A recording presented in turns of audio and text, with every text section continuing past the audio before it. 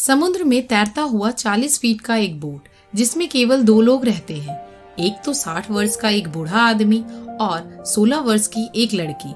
ये दोनों का रिश्ता बहुत ही अद्भुत है क्योंकि ये लड़की 16 वर्ष की उम्र से इस बूढ़े के साथ रहते हैं। वे अपने माता पिता से बिछड़ गई है और अब वह 16 वर्ष की है। वे दोनों एक साथ ही रहते हैं।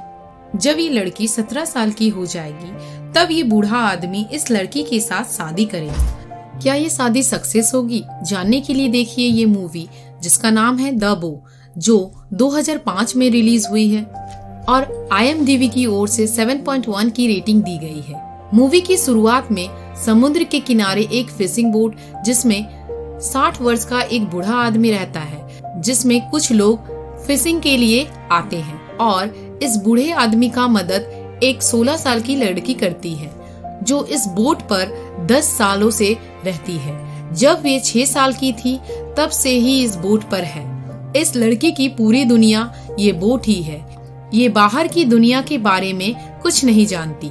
अगले दिन 2 टूरिस्ट इनके बोट पर आते हैं और मौका पाते ही इस लड़की के साथ बदतमीजी करने लगते हैं। जब ये बूढ़ा आदमी देखता है तभी जल्द से अपना तीर कमान उठाकर एक तीर चलाकर उन्हें डरा देते हैं और इसके बाद इनमें से एक आदमी अपना फ्यूचर के बारे में जानना चाहता है क्योंकि ये बूढ़ा आदमी दूरदर्शी है, किसी का भी भविष्य बताने में माहिर है, पर उसका भविष्य बताने का भी तरीका काफी अलग था। बूढ़ा आदमी उस लड़की को बोट के साइड में एक झूला में झूलने के लिए कहता है, जिस बोट के बाहर एक बुद्धा का पेंटिंग बनी हुई है और ये बूढ़ा आदमी अपनी बो और एरो से 3 तीर चलाता है, पर एक भी तीर इस लड़की को जख्मी नहीं करता और ये तीनों तीर लड़की निकालकर वापस उस बूढ़े को देती है और कुछ कानों में फॉर्च्यून के बारे में कहती है। जो अपनी फॉर्च्यून जानकर ये टूरिस्ट वहाँ से चले जाते हैं, पर अगले दिन ये टूरिस्ट कुछ गलत विचार रखकर वापस इसी बोट पर आते हैं और बूढ़ा आदमी को मोटी रस्सी से बांधकर इस लड़की का रेप करना चाहते हैं, पर ये लड़की इस फिशिंग बोट का कोना कोना जानती है और सुरक्षा भी अच्छे से समझती है।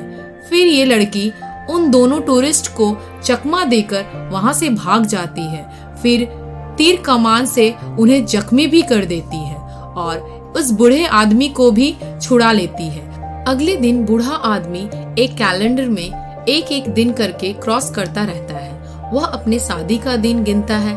शादी अगले महीने की 12 तारीख को थी, पर उसके लिए ये कुछ भी दिन कई सालों के बराबर लगता है क्योंकि वे इस लड़की से प्यार करता है और जल्द ही इस लड़की के साथ इंटीमेट करना चाहता है। भले ही वे इस लड़की को 6 साल की उम्र से देखभाल करता था, परंतु उस लड़की को बुरी नजर से कभी नहीं देखा था। और अगले दिन एक नया टूरिस्ट इस फिशिंग बोट पर आता है और वे स्टूडेंट होता है।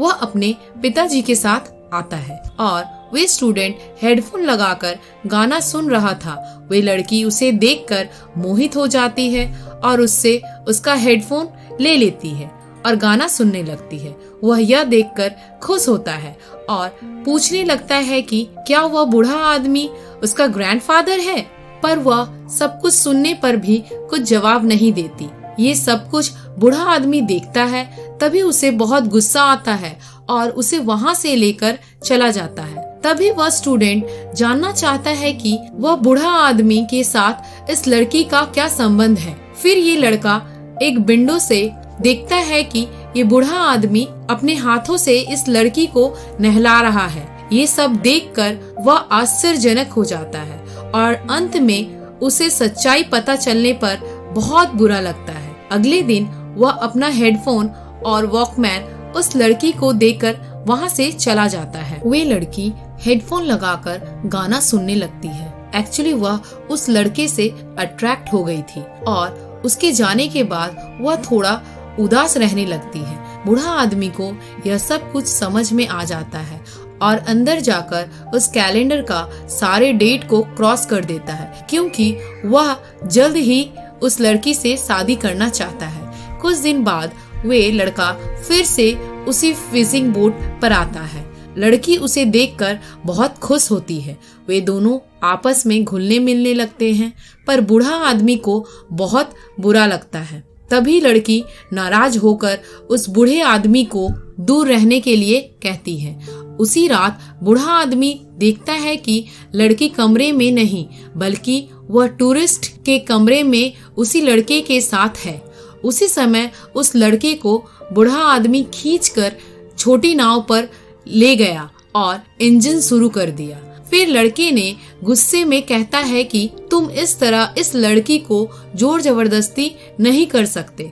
तुमने उसे उसके पेरेंट्स से दूर इतने सालों से यहाँ रखा है और अब मैं इसके पेरेंट्स को ढूंढकर उसे यहाँ से ले जाऊंगा। उसके जाने के बाद उस लड़की ने भी भागने की कोशिश की, पर बूढ़ा आदमी उसे रोक लेता है और उसी रात बहुत तेज आंधी आई, जो उन दोनों की जिंदगी में आने वाले आंधी का इशारा कर रहा था। बूढ़ा आदमी टंगी कैलेंडर को फाड़ देता है, क्योंकि अब कोई फर्क नहीं पड़ता कि अब कितने दिन बचे हैं। अब बस जल्द से उससे शादी करनी है। जो बिस्तर अलग अलग थे वे अब उसे एक साथ कर देता है।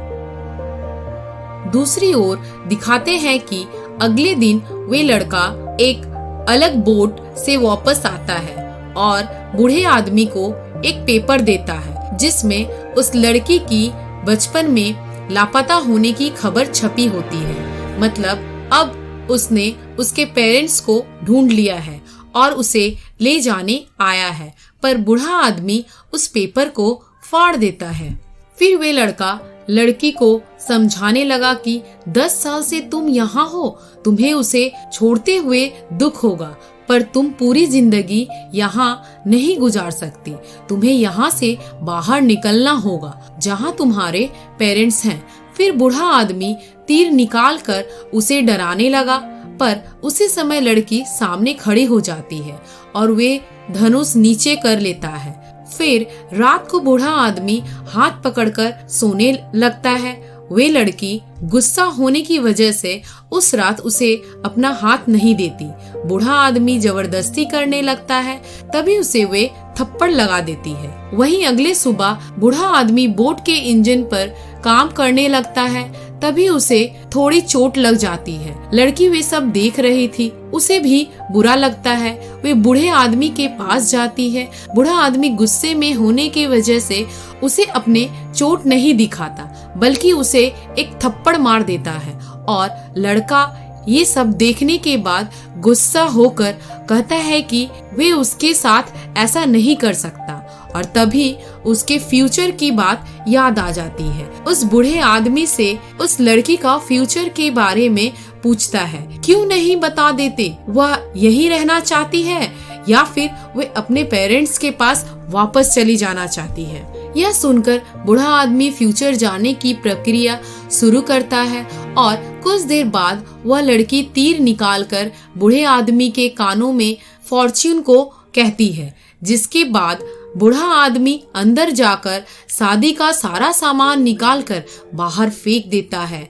यानी ये लड़की का फ्यूचर पेरेंट्स के साथ बताया जाता है। यानी अगले सुबह ये लड़का इस लड़की को ले जाने लगता है, तभी उनकी बोट अटक जाती है। कितनी भी कोशिश के बाद वह बोट आगे नहीं बढ़ पाती है। फिर उस लड़की की नजर उस बोट की रस्सी पर पड़ती है, जिसे बूढ़े आदमी ने बांधा होता है, जिसे देखने पर लड़का लड़की रुक जाते हैं और वापस बोट पर जाते हैं और वहां जाकर देखते हैं कि बूढ़े आदमी ने रस्सी का दूसरा सिरा अपने गले में बांधा हुआ था। यानी वह लड़की बूढ़े आदमी के मरने पर ही वहां से जा सकती है। यह देखने पर वे लड़की रोने लगती है और लड़का भी सब कुछ समझ जाता है। फिर अगले दिन ही लड़की बूढ़े आदमी को अपने हाथों से नहलाकर उसके साथ रीति रिवाज के साथ शादी कर लेती है और वे दोनों काफी खुश थे। बूढ़ा आदमी उस लड़की को छोटी बोट पर कुछ दूर ले जाकर पियानो बजाने लगता है।